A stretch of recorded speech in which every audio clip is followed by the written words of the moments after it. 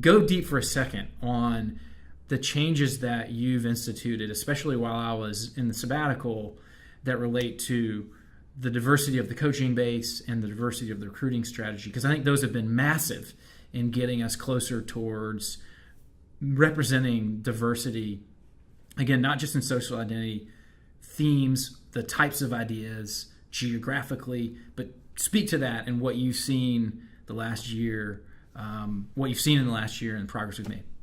Yeah, absolutely. So we talked about the accessibility, increasing the number of investments that we make in fellows, and I think when it comes to the core work that we do, which is recruiting, selection, coaching, and evaluation, in the past it was just our small group of team of 10, who was doing that work, and I think our goal was to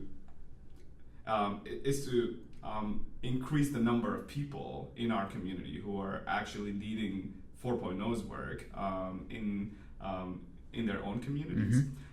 So for us, what that looked like is, instead of all of the recruiting being done by 2 folks on our team, I used to be one of those people who would just go around to different events around the city to actually recruit our own alumni and hire back our own alumni who are already living in communities across the country, and trust that they are actually much closer to the people and much better at identifying the people that we want to invest in through our work at 4.0.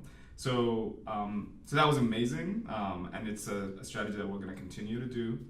Similar. So right now, how many alums are coaching for us? Because I want to do the math on this. This is pretty cool. That's a great question. So right now we have 34 coaches who are alumni.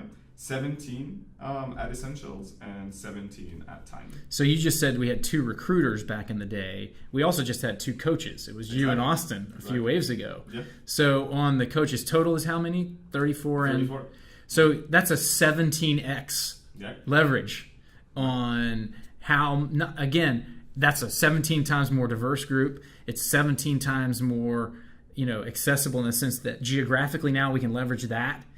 Social identity, theme. Now we can start matching to the fellows coming through with that much more diverse set of resources. Do the math on recruiting, because that's even bigger, right? Yeah, I mean our last recruiting cycle, which brought in over 500 applicants, we had, I believe, more than 40 alumni who, again, all across the country, and these are folks who either ran happy hours or application parties where you can come in and actually fill your application with an alum of the program, or people who were legitimately on the phone.